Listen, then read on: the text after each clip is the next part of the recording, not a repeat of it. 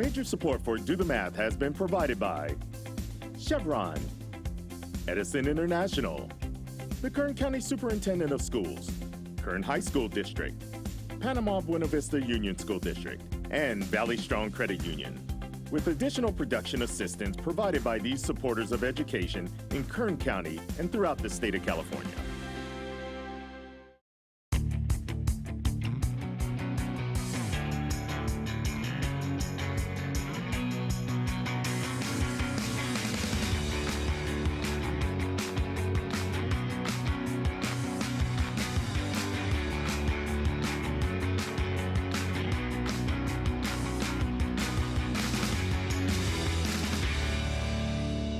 Well, good afternoon and welcome to Do the Math. I'm Michael. I'm Devin.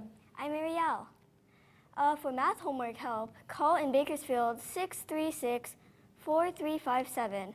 Anywhere else, 1-866-636-6284.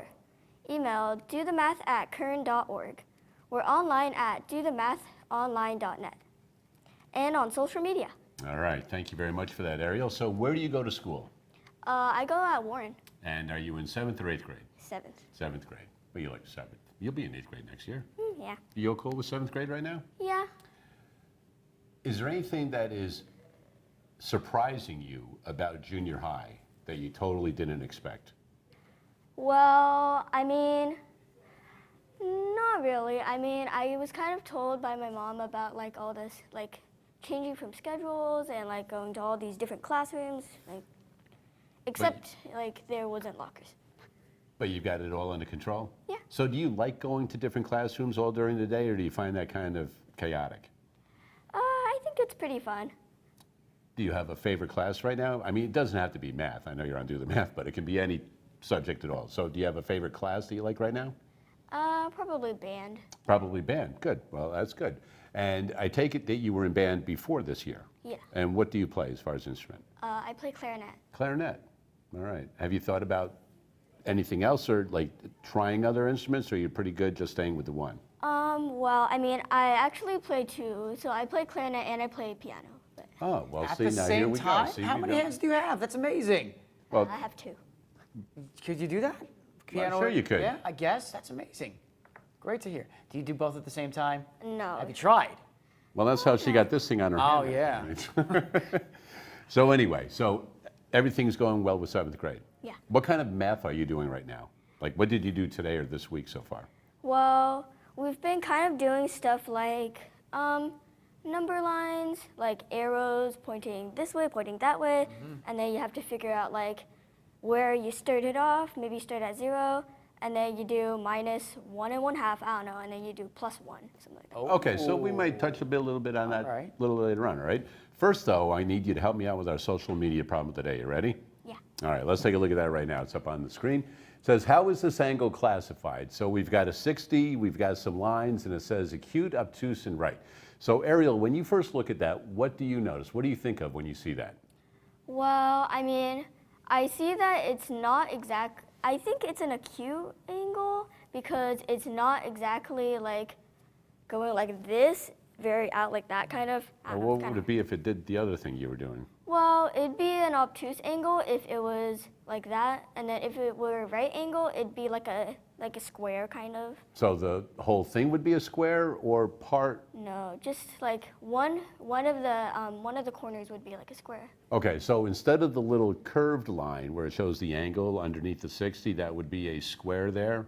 Yeah. If it was a 90-degree right angle? Yes. And if it was obtuse, how would it be different again? Instead of saying it'd be like that, how else could you describe it? Well, I mean, it'd have to go out more than 180 degrees. More than 180? Yeah. Could it be 170 and be obtuse? Well, actually, yeah. I'm sorry. I Okay. was talking about it has to be more than 90 degrees. More than 90. Can it be 90.1? Yeah. Because it's more than 90, right? Yeah. Could it be 90.005?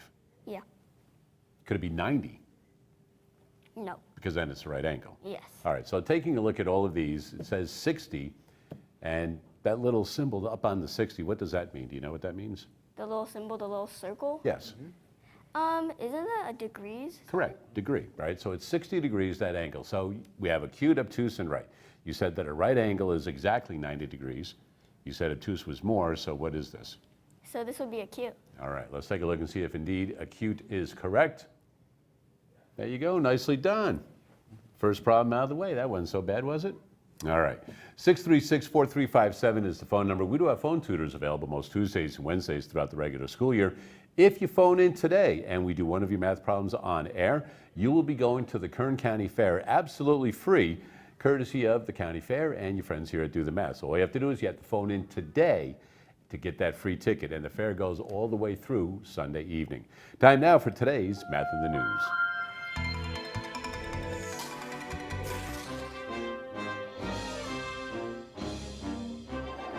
All right, so today's Math in the News. Do you have any idea what today's Math in the News is about? Not really. Okay, well, I don't think you would, right? Because you're just showing up and you're like, I don't know what your Math in the News is today. It could be anything, right? Do you like anything about space? Yeah, I like space. I mean, there's no gravity, you just float around. But also, it's very mysterious. Air's not great. Yeah. Yeah, you can't breathe. It's not there. So. Have you ever been in a no gravity area? Because I know there's places you can go and you can kind of experience that. Not that it's a cheap thing to do or anything like that, but you would be able to do that. Do you know that we have a moon? Yeah. Yeah, you're like, oh man, how do I know that? Of course, everybody knows we have a moon, right? Do you know that there's a mini moon? A mini moon? Yeah, you're like a mini moon. What are you talking about, old man, right? So if you've been watching the news and stuff lately, and we're going to inform you about this right now. So there is a mini moon coming soon, all right? So just like you, mini moon, right, with a question.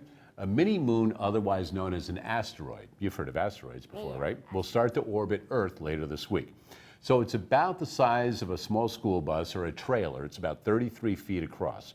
And they gave it a nickname, 2024 PT5. The mini moon will orbit starting September 29th, which is on Sunday, for about a month.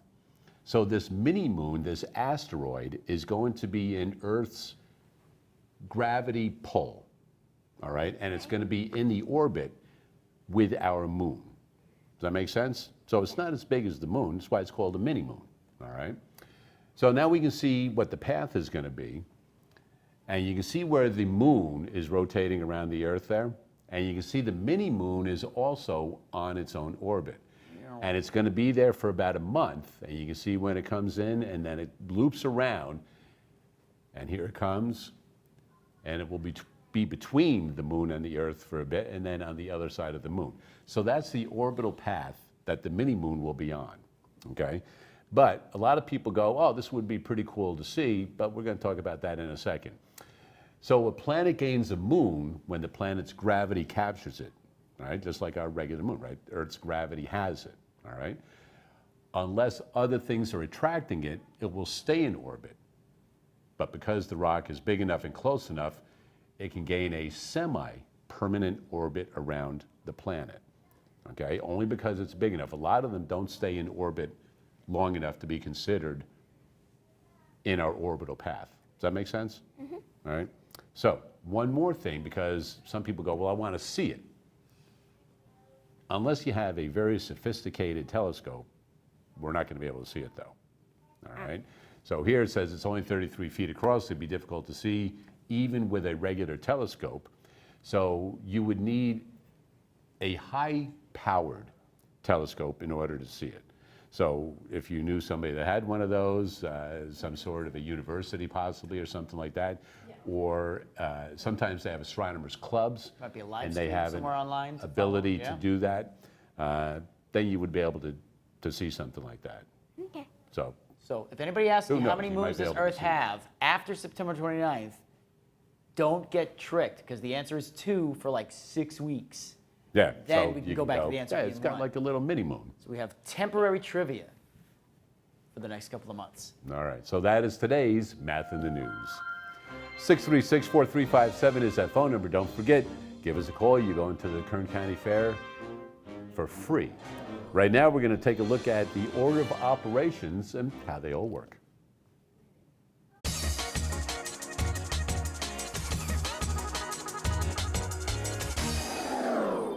Hi, my name is Harjas. I'm going to Stone Creek Junior High next year, and I'm going over the order of operations. Specifically, I'll be going over the PEMDAS system, which is a step-by-step way to do order of operations. The step 1 is doing parentheses, starting with the parentheses, then you do the exponents, you multiply, divide, add, and subtract, left to right. Today we'll be going over a simple problem and how to use PEMDAS step by step. So the problem we're going to do is 3 parentheses 2 plus 8 times 5 exponent 2 minus 4. So what we're going to start with is the numbers in the parentheses. So the numbers in the parentheses is 2 plus 8. So you're just going to add them right here, 10. And we're going to multiply these later because of the parentheses, then we rewrite the problem. Next we'll be doing the exponents, which 5 to the power of 2 is 25. So 25 minus 4.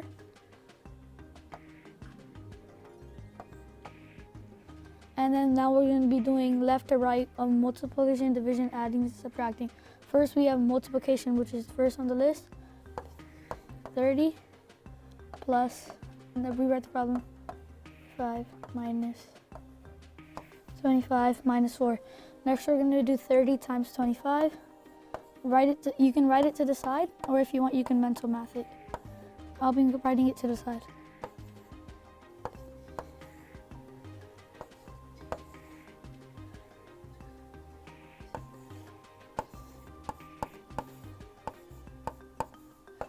And then you get 750 minus 4.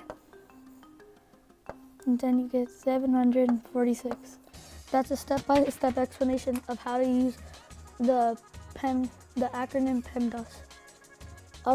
It may seem difficult, but it's not if you take it slowly. Thank you.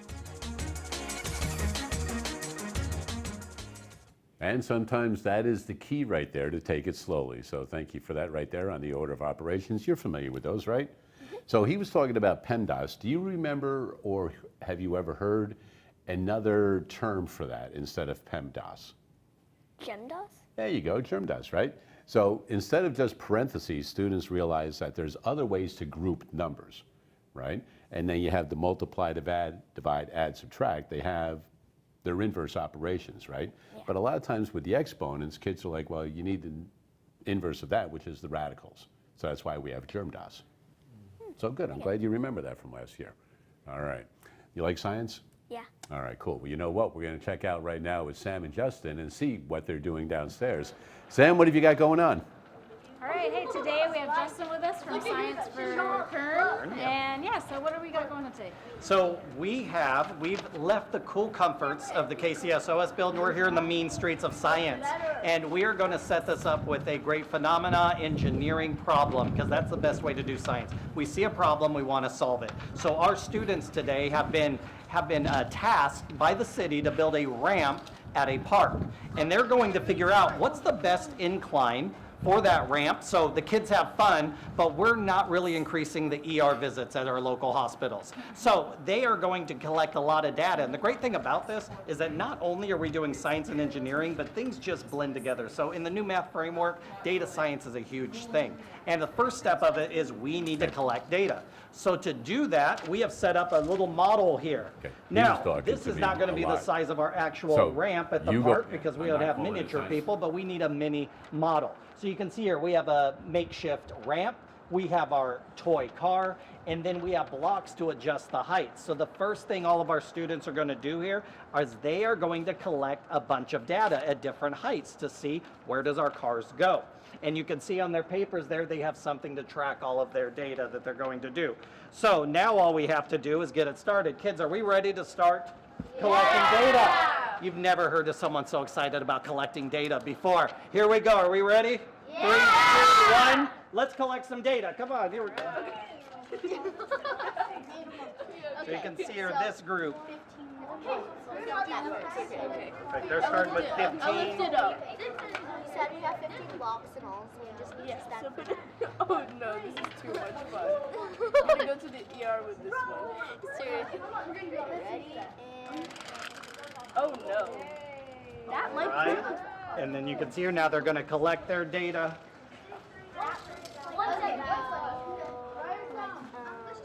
155. 155. Okay.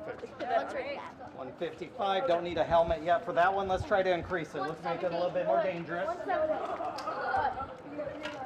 This group here is at a different height. What height are you guys at? 10. 10 Just centimeters. finished. Wait, no, oh, so when you do 10 4 times? 4. Oh, yeah. Oh, yes. You can see another great math thing there, tending to precision, keeping it right on the blue line, using the right thing, and We have. I think that's 180. 40.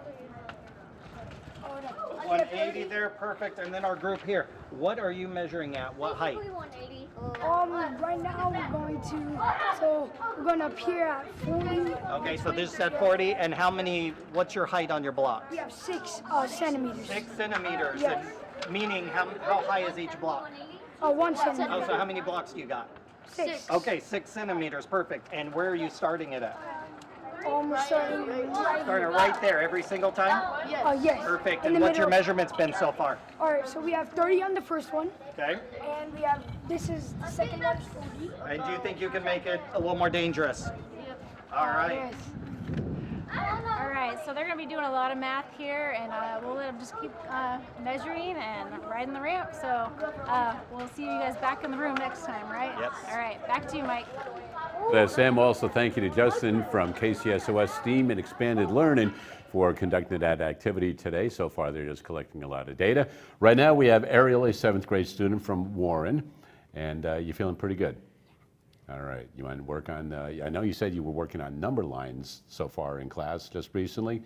So we don't need a number line, but we're going to work with positive and negative numbers. You ready? Yeah. All right, over to the board, young lady. All right.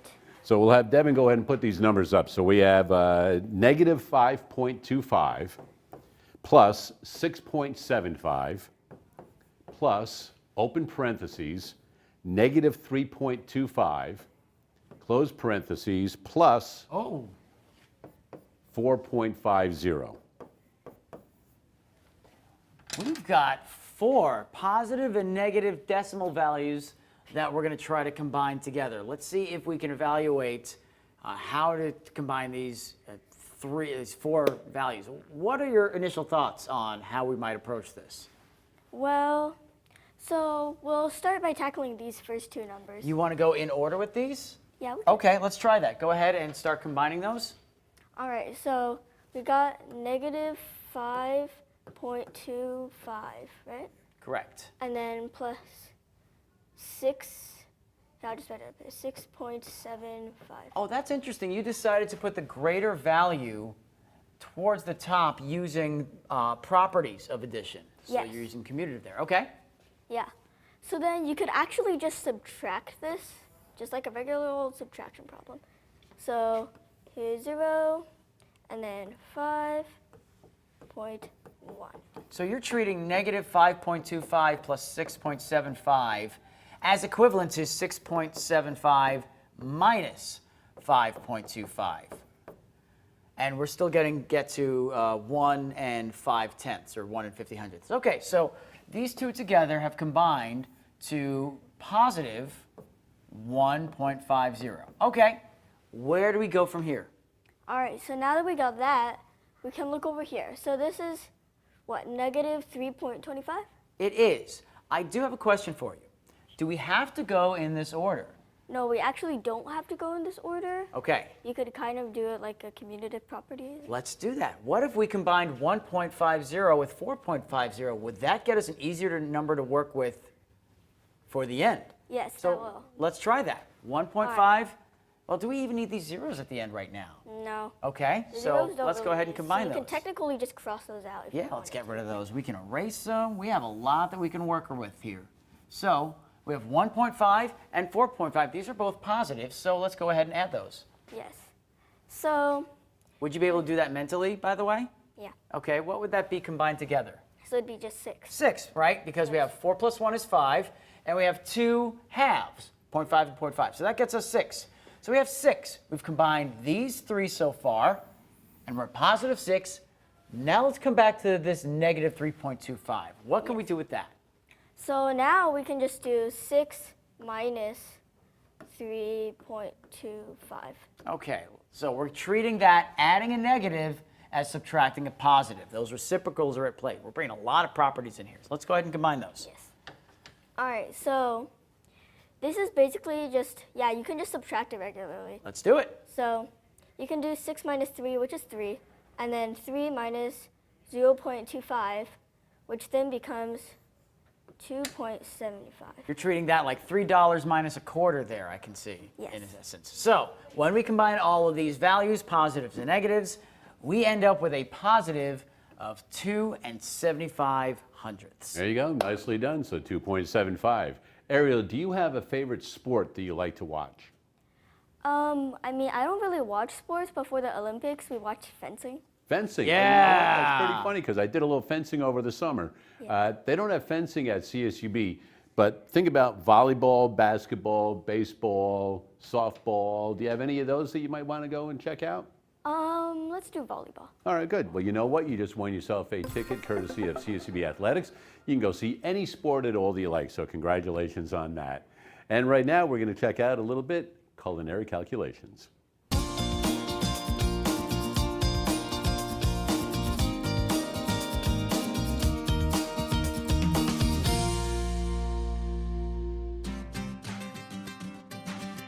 All right, everybody. Now, I have a problem here at Radio Sandwich. Well, maybe not a problem, but it definitely needs a solution. I have added this garlic sesame sauce onto another of our sandwiches. So I need to scale up my recipe by 3. Now, what that means, scale up just means to take something that is one size and make it a larger size. If we were to scale down, we'd be going the other direction. So, how do I get a 3 times batch of my garlic sesame? Well, first of all, we need to understand our terminology. Now, this is a 1 times batch, right? So this is our per batch, okay? So it's 25 grams garlic, for example, our first ingredient, per batch, okay? Now, let's start with that garlic. Our 1 times batch needs 25 grams of garlic. So we've got 25 grams garlic, right? We've got to know our terms, per 1 times batch. Now, we know 1 times anything is the thing itself, so we can just get this out of the way. So now we know 25 grams garlic per batch.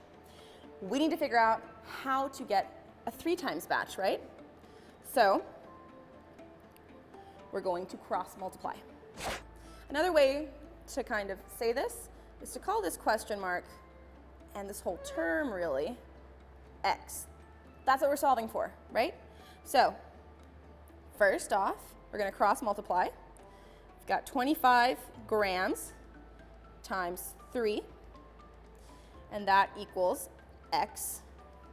That's what we're looking for, right? So, and what I did there, in case you're not clear, is I just got rid of the word batches, and I'm just using the numbers. I'm using the 1 here and the 3 there. So 25 grams times 3 equals x. Now we just multiply 25 times 3, which is 75. 75 grams equals x. Now I know that I can erase this x, and I can have 75 grams of garlic ready to go for my 3 times batch. That's what we're going to do for all of these ingredients. So let's go back to our original whiteboard here. We're going to make a line down the middle. We know that a 3 times, we need 75 grams garlic. Next, we need to figure out how much salt we need for this recipe. We put everything into our handy dandy blender, our garlic, our tofu, our lovely Meyer lemon and its zest or peel, our parsley from the farm, and our sesame paste or tahini. And we came up with this really yummy we're just going to have to find out what that really yummy stuff is in a little bit from Miriam with culinary calculations courtesy of Radio Sandwich right here in downtown Bakersfield. 636-4357 is that phone number. We do have phone tutors available most Tuesdays and Wednesdays throughout the regular school year. And we have Arielle in studio, but right now we are going to head back downstairs a little bit and kind of see what they're doing. They're collecting some data right now, and they were outside checking out the ramps, making different heights of ramps and then letting the cars go down. And right now they are taking all of that data, compiling it, and then they'll be ready for the next step. So we know that they are done with the outdoor activity, which is always a lot of fun to go outside and do that and try out different things. And together in their groups, collaboratively working on different heights, I think, that they were able to do. And I think maybe they even had an opportunity to possibly change out cars and see if that would have anything to do with it also. But they're well at work down there right now. And in just a little bit, we will check in with Sam and Justin and see exactly how those guys are doing. But you can see they're pretty busy with all of their data down there. Looks like they're busy, huh? Well, you know what? I think it's time we get you busy again. You ready? Yeah. All right, head on over to the board. So this one, do you know of any, and it's just, this is funny because I turned the page in your math book and I saw this math problem, and I am not making this up. Do you know of any famous person or anybody that does friendship bracelets? I mean, I know some famous people, like, but I don't really personally Who's the know most them. famous person you could think of that might do friendship bracelets and might be touring the world for stadium concerts And Taylor does music? non-stop? Taylor Swift? Okay. Yeah, there you go. See, we didn't need too Okay. much prod, and she got it, right? Taylor Swift. So anyway, so it says Pamela wants to make some friendship bracelets for her friends. Each bracelet needs to be 5.2 inches long. So everyone has to be 5.2 inches long. She has 20 inches of string.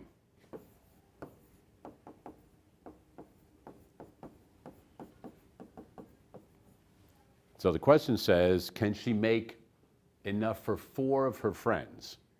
If so, does she have any left over and how much? And if she doesn't have enough for 4 friends, how much more would she need? So let's start off with that first question. Does she have enough to make 4 friendship bracelets? Well, so as we can see here, each friendship bracelet needs 5.2 inches of string, right? Right. So if she needs 4, then doesn't that mean that we could just multiply that by 4 and see if this is enough? That's a great approach. We can take the number that we have and figure out if it's enough for the 20 inches that we currently have. So yeah, we can do that. We can do 5.2. Go ahead and grab your stylus there. Let's try that. 5.2 inches times 4 friendship bracelets. Wonderful that you include the unit when you're multiplying, because that's going to get us with the total unit at the end. A lot of people do that in 7th grade, so that's wonderful to see. Let's go ahead and multiply now. And you're familiar with how to multiply with decimals, with the whole number? Great. Okay. All right, so this would be 8, 20. So since there's 1 decimal point, we can just move this out here for now. But since we're done, we can move it back in here. Absolutely. So that means that, and let's bring that unit down here, because what this means is 5.2 inches times 4 gets us a length of 20.8 inches.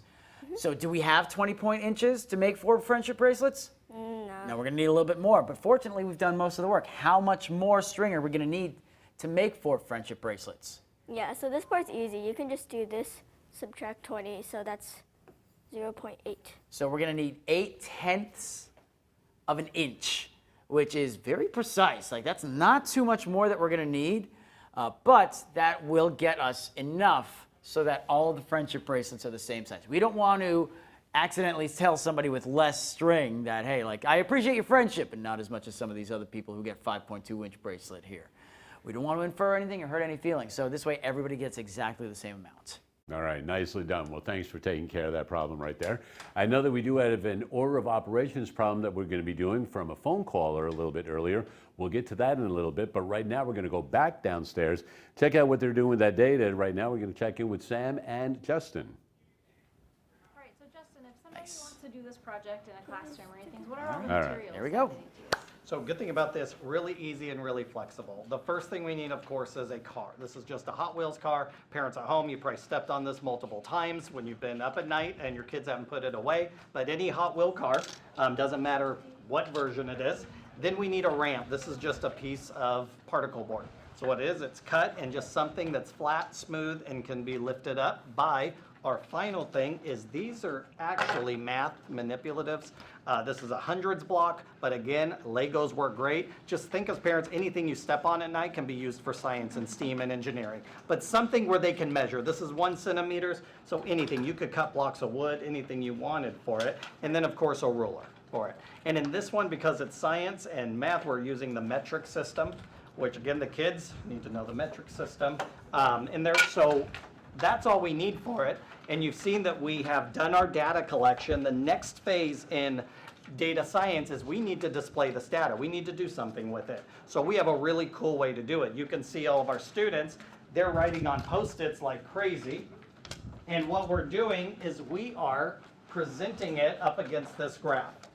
So you can see here, we have tons of different data points and all around there doing this. And what we're going to do real quick is from this, we need to figure out what is the best height for our ramp. So kids, on that paper, if you read at the very top, we wanted our car to go in between what? How many to how many centimeters?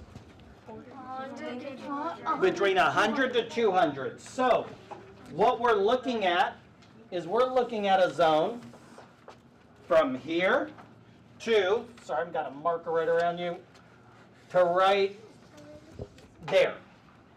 That's our fun zone, okay? Now we know we want to be a little bit, do you want to go slower or faster on this ramp? Fast. Yeah, of course, great, fast, exactly. So we want to be as close to 200 as possible, right?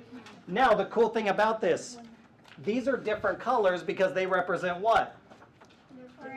The height of the ramp, exactly. So if I'm looking over here, closest to this line, which color do I see mostly on that line? Blue. We would say the blue. Do we see a couple pinks? Yeah. What else do we see past our safe zone? A lot of pink. A lot of pinks. So we don't want that because you don't want the hospital bill when that kid goes crashing into whatever they crash into. So what do we think? Based on our data, what's going to be the best color? Blue. Blue. And blue represents what centimeter? 10 centimeters. So from this data, we are going to build our ramp with what height? 10 centimeters. 10 centimeters. So now we've used our data. Now we're going to move to the next part, which now we're actually going to build a model. Or in this case, draw a model of our ramp, okay? Sorry, we can't build an actual one. I didn't get the permitting or the insurance, or I didn't get permission from my boss. But we can draw one. We can always draw one and imagine.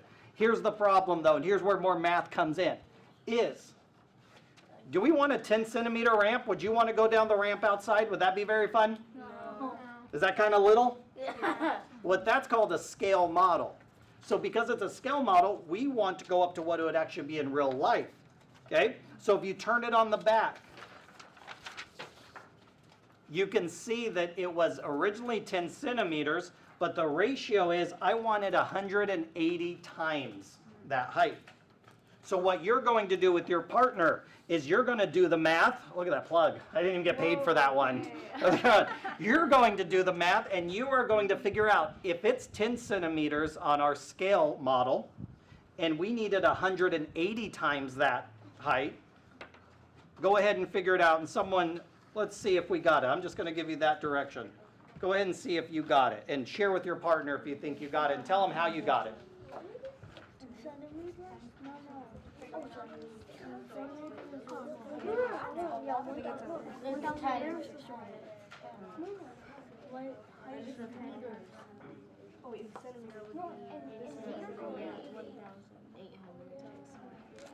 Wait, so did we do like 10 times 180?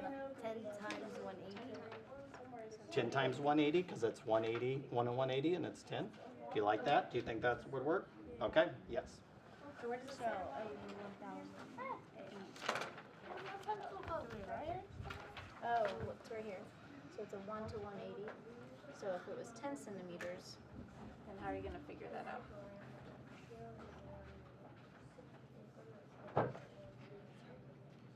our scale is at 1, we wanted 180 times that scale. What do we think we need to do? Okay, perfect. 180 by of the ramp, which is 10 centimeters. So we can feel the math turning right now. We can see those gears turning. They're doing 10 times 180 right over here. Does anyone have? What should our final height be?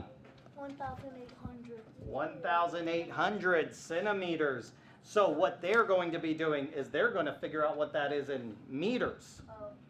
That's the next part, because we're going to build in meters, and when we come back, they're going to have all of their measurements ready. They're going to have the picture of their ramp in their mind, and you're going to see what comes out of their mind onto the paper for their model of their ramp. So we're ready to build.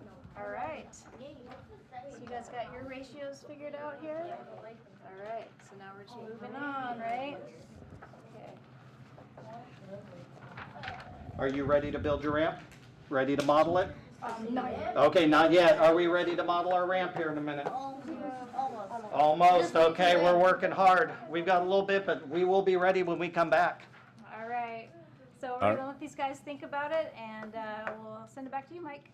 Thanks for that, Sam and Justin. All right, so I know that those kids are working with the metric system down there, and if they were already familiar with it, it would be happening a little quicker because it's a little bit easier to do the metric system. Once you get used to it, all you're doing is moving that decimal point and zeros hundreds. back and forth and That's things all like it that. is. Have you worked with the decimal system at all, the metric system? Yeah, I think we have done that before. Okay. And are you taking any science class this year? Yeah. Oh, good. Well, you'll be working with the metric system then. All right, you know what? Speaking of systems, I always love seeing a bag of garlic when Miriam drops it on the counter right there. Let's find out what she's doing in our next part of Culinary Calculations. Go back to our handy dandy whiteboard. We do it again. All right, so we're doing Now we can just plug it in, right?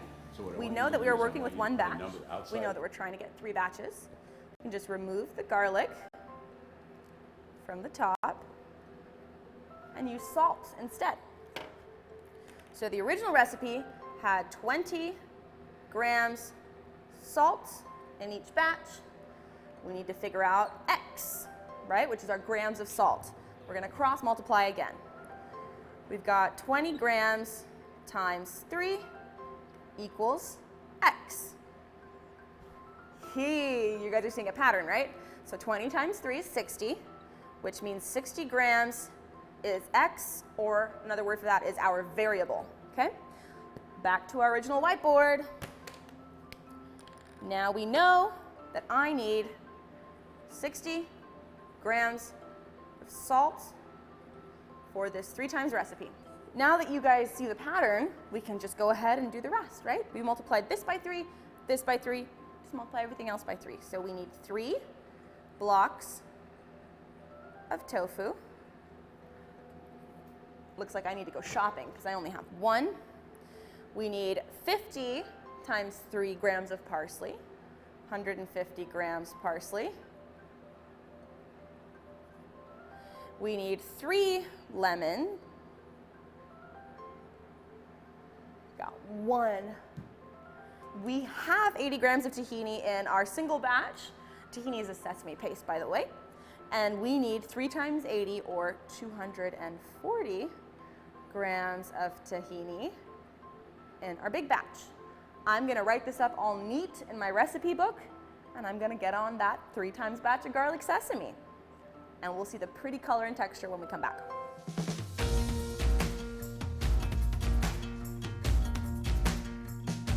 So we put everything into our handy dandy blender, our garlic, our tofu, our lovely Meyer lemon and its zest or peel, our parsley from the farm, and our sesame paste or tahini. And we came up with this really yummy green garlic sesame sauce, and it came out just like we thought it would. Now there are times when that recipe is not going to come out like you think it would. That usually involves baking. The reason for that is there's a lot of chemical reactions that happen during baking that makes the scaling up a little bit different. And maybe you'll come back and we can do that another time.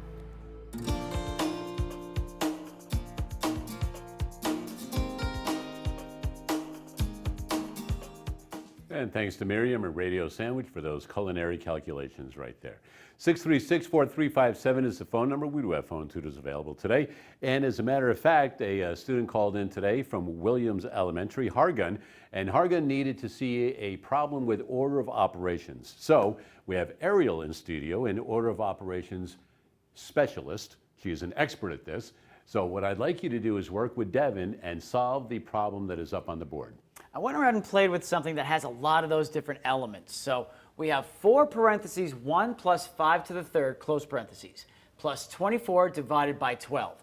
There's a lot of things happening with order of operations. So I want to know where you would begin. All right, so as we heard about PEMDAS earlier, you do parentheses first. Right. But in the parentheses, there happens to be an exponent. So you do the exponent before you do the adding. So let's go ahead and do that then. We have 5 to the third power. And for those that might not be as familiar with exponents, how else could we represent 5 to the third power? Well, 5 to the third power is basically just 5 times 5 times 5. Okay. Is there a quicker way we could process that as far as 5 times 5 times 5? Or is there a part that we can combine early to make this easier to multiply? Because we're taking the same number, we're multiplying it 3 times. Well, I mean, since it's just 5 times 5 times 5, I just do the 25 and then times 5. Which is essentially 5 times 5 times 5. Yeah. So we have 25 times 5, which is? Which is 125. All right, so we have 125. So let's rewrite this with what we have now, okay? Let's save our 125, bring that right back here. And we have some other parts here, so let's make sure that we bring that up here. All right, separate so that it's easier to drag. Great. Can I do that now? Can I bring it up? No? All right, that's fine. We'll just make sure that we know that this is 125. So we have 1 plus 125 in the parentheses. We still have 4 outside the parentheses, and we have 24 divided by 12. Where do we go next? All right, so there's still a parenthesis, so we just add this thing first. So that would become 126. We have 4 parentheses, 126 plus 24 divided by 12. What's going to be our next step? All right, so since there's this basically just means 4 times 126. Which you could almost kind of put in its own parentheses if you're grouping those together. So we have 4 times 126 plus 24 divided by 12. Yeah. Which one of those would you do first? Well, so with the multiplication and the division, they're technically like equal, so you just go whatever comes first. Okay. So this came first, so we do this. Tell you what, if you want to do 4 times 126 over there, I'll take this other one. I'll fall on this one, and I'll do 24 times 12, if that's all right. All right. So go ahead and work on 4 times 126 over here. And I will do 24 divided by 12. I'll even write this out in fraction form so it's easier to represent. Oh, all right. So you got 504, and I got 2. By the way, you could have probably done the division first because it's separate in this instance. That's why when we think of things like PEMDAS or DRIMDAS, we want to make sure that we're breaking that up. So we can do those grouping symbols. Then we can do exponents or radicals. We can then do multiplication or division. And then we can do addition or subtraction. Yes. Well, we're left with 504 plus 2, which gets us to what? 506. 4 parentheses, 1 plus 5 to the third, close parentheses, plus 24 divided by 12 is 506. There you go. Hopefully that helps out Hargan and some of you at home. Nicely done, but I'd like you to leave everything there. I came up with an answer of 44. How could I possibly have gotten 44? Take a look at what you did and think about where in that process something could have gone differently to come up with 44 as an answer. And I'll give you a minute to think about it.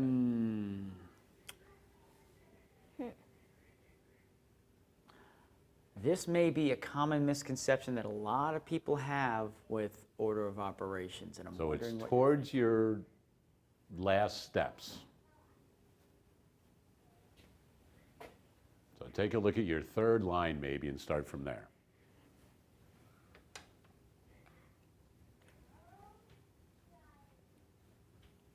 So we're thinking maybe around this part. 4 times 126 plus 24 divided by 12. So what do you think a student might do if they weren't clear on how to do these properly? Well, something that a student might do, like, they could have done this part 504. and they got 504. But then sometimes, as I see in my, sometimes in my class, You don't have to name names. We get it. There's some in the class that do this, right? Yeah. do you Sometimes think? they would kind of just add this because they forget about this. They would just keep going without considering that division symbol. Yeah. So they would add 24 to 504, and that would get them 528. And then they divide it by 12. And in 528 would divided by 12 would be 44 in that Yeah. instance. So, I mean, there's a reason why that order of operations is a standard. We want to make sure that we have the same system for getting the same solution so we don't get different answers. And that's very important to mathematicians.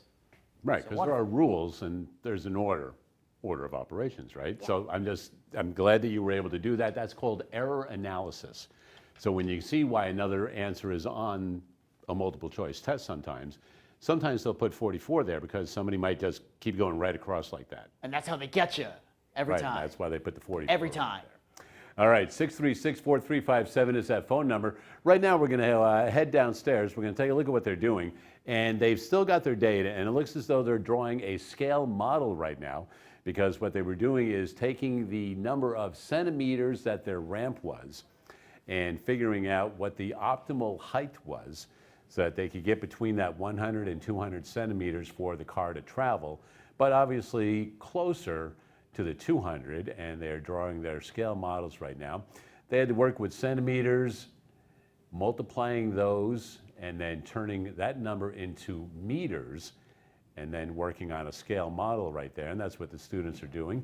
And it looks as though they are, well, sometimes getting a little, wondering if that's the right marker to use, because I'm sure he's got those ones that have the cent to them. Oh, I hope they're not So, Sharpies. I hope that's not permanent marker on those Anyway, all tables. kids love markers and things like that, but we'll let them continue their work right now. Hey, earlier we were talking about the moon, right? Yeah. Well, right now we're going to find out more about the sun.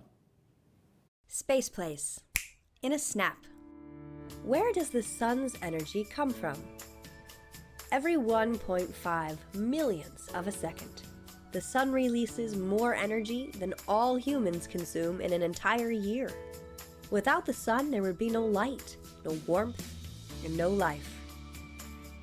Its heat influences the environments of all the planets, dwarf planets, moons, asteroids, and comets in our solar system. How does a big ball of hydrogen create all that heat? The short answer is that it is big. If it were smaller, it would be just a sphere of hydrogen, like Jupiter. But the sun is much bigger than Jupiter. It would take almost 1,000 Jupiters to fill it up. That's a lot of hydrogen.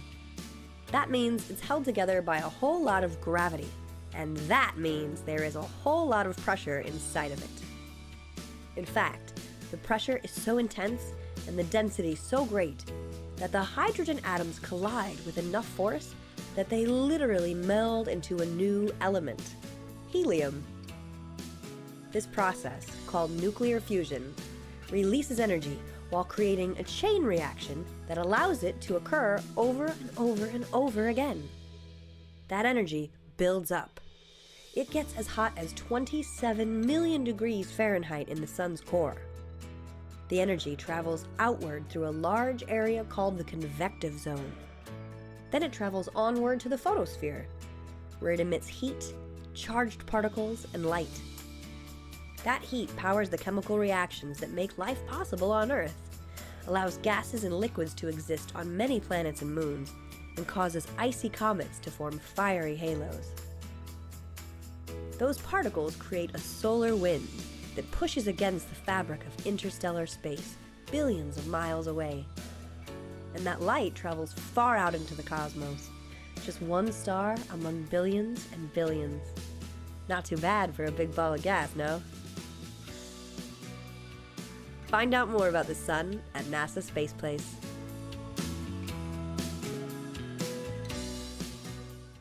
right, so you've learned a little bit about the moon and a little bit about the sun today, all right? How many suns do we have this week?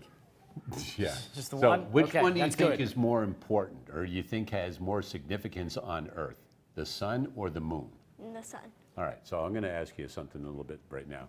But right now we're going to go downstairs and check in with the kids and see how they're doing with all of their data analysis, the ramps, and everything else. So Justin and Sam, what do you guys got going on? All right, so Justin, the kids are busy working and they're building their ramps. Well, they're drawing their ramps out to mentally build since we don't have space on, campus. So let's walk through some of these kids. Yeah, and the greatest thing about this is that what's the number one thing we always hear from students? People, it's like, why do I need to know this in class? And think about what we're doing here. In less than an hour, we're doing math, we're doing engineering, we're doing science. They're having to talk about it, speaking and listening. We'd add in some cooking, but again, I forgot to bring the veggies from home. So what we've done here is they've collected all that data outside. They've gotten all of that information. We plotted all of that data. Now they got an idea of what they should do, and now they're actually taking it to real life. This is what their plan is for the park. And so what we're doing now is they've drawn an initial model on their sheet, and now they're putting it to poster size because they are going to present this to the city or county that they may work for, because I think we have a bunch of future city or county engineers on our hand. So right here, boys, what do we have here? What was your final ramp height in meters? It was 18 meters tall and 324 meters wide. Okay, and how did you get those final measurements?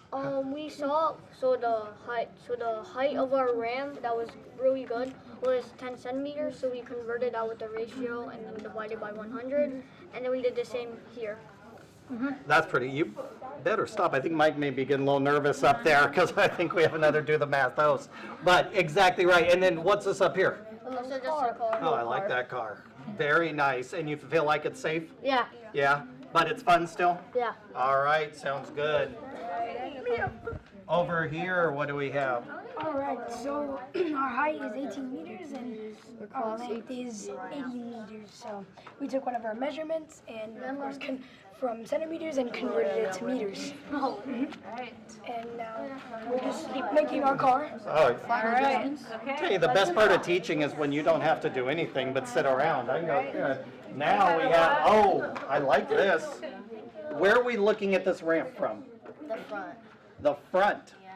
Because the other ones were the side, so we're looking kind of right down on it. Very nice. And what were your measurements? How long is your ramp going to be? It's 342 meters long, and then the height is 18 meters. Okay. Yeah. And did you have any, what was the hardest thing about this engineering design problem? What would you say? What gave you the most trouble? Kind of the measurements. Measurements. And how were you able to persevere through them? How did you figure it out? Math. Just using math, using what you learned in school, all those foundational skills. Perfect. And future career, do you want to be an engineer building ramps when you grow up? I do. You do? Okay. Hey. Ramps, but I want to be an Engineer building something. We have a future engineer on our hands. And what do we have here? A simple ramp. I like it. Sometimes the best things in life are simple, right? So, right down there, very nice. And you have your red car, sounding good. And we have our other groups over here. So in this group, you have two measurements. Why do you have two measurements? Oh, that's theirs. How about this one? You have both these. What do those represent? Those, that's the height, Okay. and this is the length. And we put them in both measurements just so you guys could see, like, if someone had only a meter ruler or someone had only, like, a centimeter thing, so they could see the exact measurements for both of them. Accessibility. Yes, I like Universal that. design for learning. You guys are doing great. Now, what was your favorite part about this project? My favorite part, well, I like driving the car down the road. It was just, like, fun. Like playing, right? Yeah. Did you realize you were doing math the whole time? Yes. No. You still did? Did you realize you were doing science? No. Did you realize you were doing quantum physics? You weren't doing quantum physics, but you were doing the math and the science and everything else, doing great. So you can see here, they're doing a great job. Oh, we have one more. I'm sorry. Let's see, it's right Oh, up here. that's right. It was right above. We have two. So real quick, Okay. tell us about your drawing. So our drawing is 18 meters in height. Long. It's in height. 18 meters height. Perfect. And 243 meters long. 243 meters long. This part is root 5, 59,973. Square root. Oh my goodness. This, when I know that when it's above my pay scale and learning, then I think it's, I'm about done here then. I've done all I A lot can of do. math here. Yeah. All right. Well, that was a great project. Thank you so much for being here today, Justin, and for STEAM for Kern. And if you want to see any more, any of this from today, just check out our social media. All right, back to you, Mike. All right, thanks for that, Justin, and thank you also to Sam. And in studio, we have Arielle, a 7th grade student from Warren Junior High. And you know what this is? A Rubik's Cube? It's a Rubik's Cube. Do you know that you are now an ambassador for Do the Math? Oh, okay. Yeah, there you go. Okay. Oh, okay, that's a pretty good response right there. Do you know what ambassadors have to do? Wow. They have to inform the public and everybody they come in contact with about what they are an ambassador for. So since you're an ambassador for Do the Math, you need to let people know about Do the Math. Can you do that? Yeah. I like how you already had a smile on your face when you were ready to do that. Now this is no ordinary Rubik's Cube because it is a special limited edition Do the Math Rubik's Cube.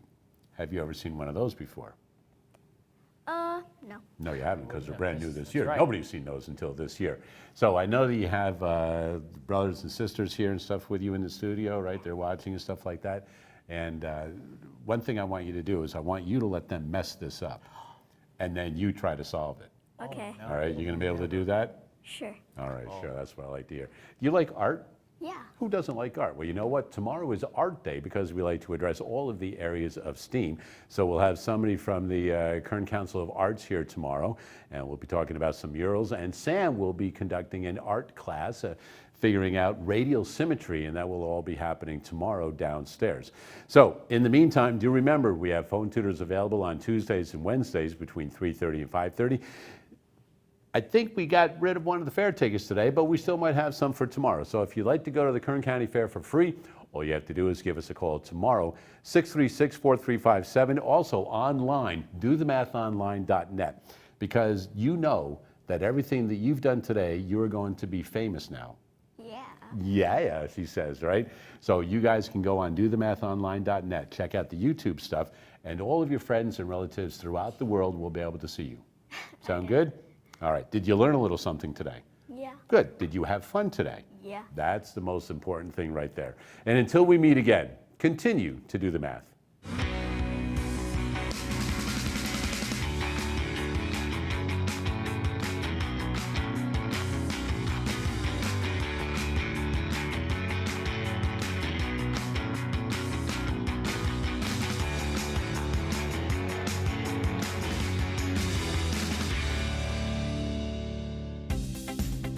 Major support for Do the Math has been provided by Chevron, Edison International, the Kern County Superintendent of Schools, Kern High School District, Panama Buena Vista Union School District, and Valley Strong Credit Union, with additional production assistance provided by these supporters of education in Kern County and throughout the state of California.